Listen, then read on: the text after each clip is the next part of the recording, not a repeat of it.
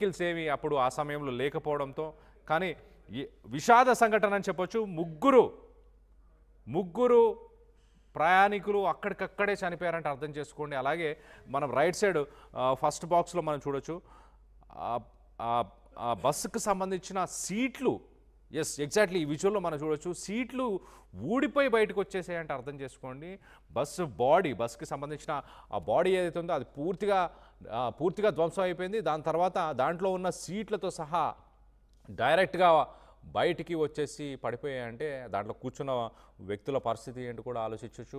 ముందు భాగం పూర్తిగా ధ్వంసం అయిపోయింది బస్సుకి సంబంధించి మనం చూడొచ్చు. ముందు రేడియేటర్ సైడు, అలాగే డ్రైవర్కి సంబంధించిన ఆ స్టీరింగ్ వెనుక ఉండాల్సిన ఆ సీటు కూడా, డ్రైవర్ సీట్ కూడా అక్కడ లేని పరిస్థితి. ముందు విండ్షీల్డ్ అంతా పగిలిపోయింది, ఒక సైడ్ అంతా క్రష్ అయిపోయింది. వాస్తవానికి హెడ్ లైట్స్ కూడా కనిపించట్లేదు. నిజంగా ఒక బస్సేనా అన్న విధంగా ఆ ఫోటోలో మనం చూడొచ్చు. లెఫ్ట్ సైడ్ బాక్స్లో మనం చూడొచ్చు ఆ హాస్పిటల్కి ప్యాసింజర్స్ అందరూ చేరుకున్నాక వాళ్ళ పరిస్థితులు ఎలా ఉన్నాయో, ఎంత దయనీయంగా ఉన్నాయో.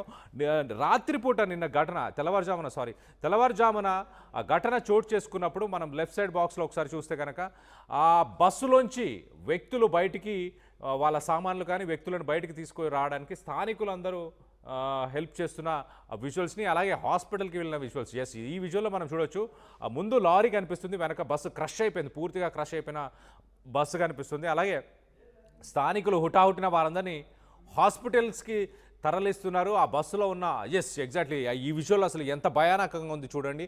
ఈ లారీని పూర్తిగా ఆ బస్సు సగం ఆల్మోస్ట్ హాఫ్ బస్సు మొత్తం కూడా ఆ లారీ లోపలికి దూసుకెళ్ళిపోయిన ఇమేజెస్ని మనం చూస్తున్నాము. పూర్తిగా ధ్వంసం అయిపోయింది. అసలు డ్రైవర్ ఆనవాళ్ళు కూడా కనిపించట్లేదు ఏమాత్రము. డ్రైవర్ సైడ్ పూర్తిగా ఆ లారీ లోపలికి వెళ్ళిపోయిన పరిస్థితి మనం చూడొచ్చు. రైట్ సైడ్ బాక్స్లో మనం చూస్తే చూడండి బస్సు వెనక టైరు, ఆ లారీకి సంబంధించిన వెనక టైరు భాగం మొత్తానికి కూడా ఆ బస్సు పూర్తిగా దాని లోపలికి వెళ్ళిపోయిన పరిస్థితి కనిపిస్తుంది.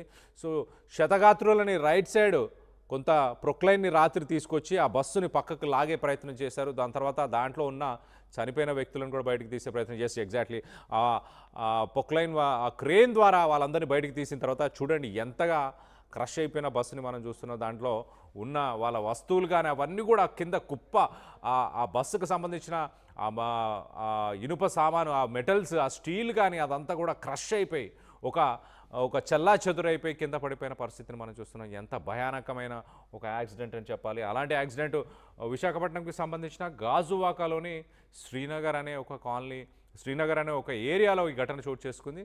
మరి మనం ఈ విజువల్లో చూస్తే లారీ ఫాస్ట్ మూవింగ్ లేన్లో ఫస్ట్ లైన్లో ఉన్నట్టు కనిపిస్తుంది. దాని తర్వాత బస్సు సెకండ్ లైన్లో ఉన్నట్టు కనిపిస్తుంది. బస్సు వెళ్తున్న సమయంలో ప్రస్తుతానికి ప్రాథమిక విచారణ ప్రకారం ఆ టిప్పర్ లారీ ఏదైతే ఉందో ఎగ్జాక్ట్లీ ఆ టిప్పర్ లారీ ఏదైతే ఉందో ఆ లారీ ఫస్ట్ లైన్లో ఉంది, అంటే డివైడర్కి పక్కనే ఉంది. ఫాస్ట్ మూవింగ్ వెహికల్స్, సాధారణంగా స్పీడ్గా వెళ్ళే వాహనాలు అక్కడ వెళ్తుంటాయి. అక్కడ ఉన్న సమయంలో మరి బస్సు ఘటన మనం చూడొచ్చు. బస్సు అక్కడే, అంటే దానికి వెనుక భాగంలో వెళ్ళి గుద్దేసింది.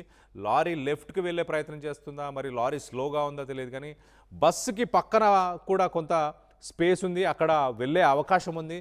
మరి ఆ లారీ వెళ్తున్న స్పీడ్ని గుర్తించలేకపోవడం ఒక కారణం. అలాగే దాంతోపాటు ఆ డ్రైవర్ కూడా మత్తులో ఉండడం వల్లే ఈ ఘటన చోటు చేసుకుంది అంటూ ప్రాథమిక విచారణలు చెప్పుకొస్తున్నారు. మరింత డీటెయిల్స్ రావాల్సి ఉంది దీనికి సంబంధించి. మనం చూస్తే ఎంత భయానకమైన ఒక యాక్సిడెంట్ అని చెప్పొచ్చు. ఈ మధ్యకాలంలో ప్రైవేట్ బస్సులకి సంబంధించి ఇలాంటి ఘటనలు మనం చూస్తూ వచ్చాం. ప్రైవేట్ బస్సులు, మరి ముఖ్యంగా ఏసీ ప్రైవేట్ ట్రావెల్స్లో ఇలాంటి భారీ యాక్సిడెంట్స్. మొత్తం మీద ఈ ఘటనలో ఒక మంచి విషయం అని చెప్పాలి, ఒక రకంగా అదృష్టం అని చెప్పాలి. గతంలో మనం చూస్తే కర్నూలు ఇన్సిడెంట్ కానీ మిగతా ఇన్సిడెంట్స్లో ఇలా యాక్సిడెంట్స్ అయిన సమయంలో మంటలు చెలరేగి బస్సులో ఉన్న వాళ్ళు ఎంతోమంది చనిపోయారు. కానీ ఈ ఘటనలో అదృష్టవశాత్తు మంటలు చెలరేగలేదు, మంటలు అంటుకోలేదు ఇటు లారీ కానీ. At the same time RTC బస్సుకి కూడా మంటలు అంటుకోకపోవడం వల్ల కొంతమంది ప్రయాణికుల ప్రాణాలైతే ఇంకా ఉన్నాయని చెప్పుకోవచ్చు. ఒక రకంగా ప్రైవేట్ హాస్పిటల్లో వాళ్ళందరి పరిస్థితి కూడా చాలా విషమంగా ఉంది. మరి దీనికి సంబంధించి అధికారులు, స్థానిక ఎమ్మెల్యే, ప్రభుత్వం వీరందరూ కూడా స్పందిస్తారా, ఎలాంటి చర్యలు తీసుకోబోతున్నారు, వాళ్ళందరికీ ఏమైనా ఎక్స్గ్రేషియా ప్రకటించే అవకాశం ఉందా, దీనికి సంబంధించి మరింత అప్డేట్ ఇచ్చే ప్రయత్నం కూడా చేస్తాను. దీనికి సంబంధించి మీరేమనుకుంటున్నారు? ఈ యాక్సిడెంట్ జరగడానికి గల ముఖ్య కారణం ఏమై ఉండొచ్చని మీరు అభిప్రాయపడుతున్నారు? మీ అభిప్రాయాలని కింద కామెంట్ రూపంలో తెలియపరచండి.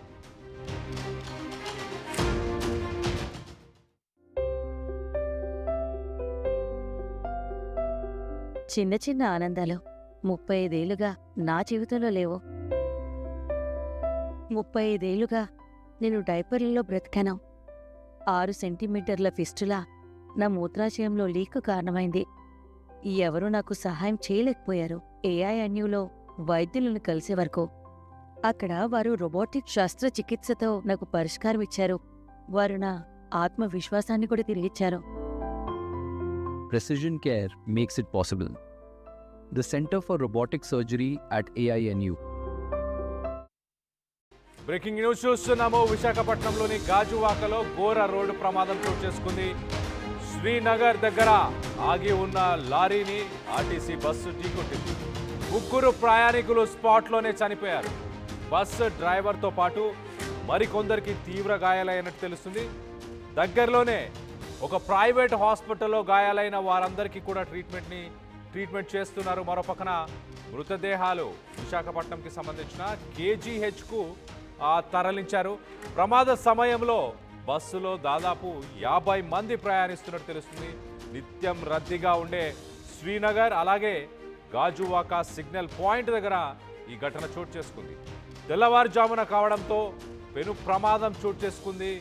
మరి కొంత ఈ 2 వాహనాలకి మాత్రమే యాక్సిడెంట్ అవ్వడం జరిగింది. మరి పగటిపూటనో ట్రాఫిక్ సమయంలో జరుగుంటే భారీగా ప్రమాదం జరిగి ఉండే అవకాశం ఉంది. మొత్తం మీద బస్సు డ్రైవర్ నిద్రమత్తు అలాగే అతి వేగమే ప్రమాదానికి కారణమా? ఒకసారి మనం ఆ విజువల్స్లో చూడొచ్చు ఆ బస్సు ఎంతగా ధ్వంసం అయిపోయిందో. పూర్తిగా ఒక 5-6 రోస్ దాటేదాకా కూడా అది పూర్తిగా ధ్వంసం అయింది. వాళ్ళకి సంబంధించిన ఆ సామాన్లు కూడా మనం చూడొచ్చు, కుప్పలు తెప్పలుగా అవి పడిపోయాయి. అలాగే ఆ బస్సు విండ్షీల్డ్ కూడా మనం చూస్తున్నాము. ఆ ముందు ఏదైతే అద్దం ఉంటుందో బస్సుకి సంబంధించిన ఆ అద్దం కూడా పడిపోయింది. ఆ సామాన్లన్నీ కూడా పక్కన చెల్లా చెదురైపోయాయి. బస్సు పైన నాకు తెలిసి బస్సు పైన ఉన్న సామాను సీట్లు కూడా చూడండి, మన బ్లూ కలర్లో ఉన్న అవి సీట్స్.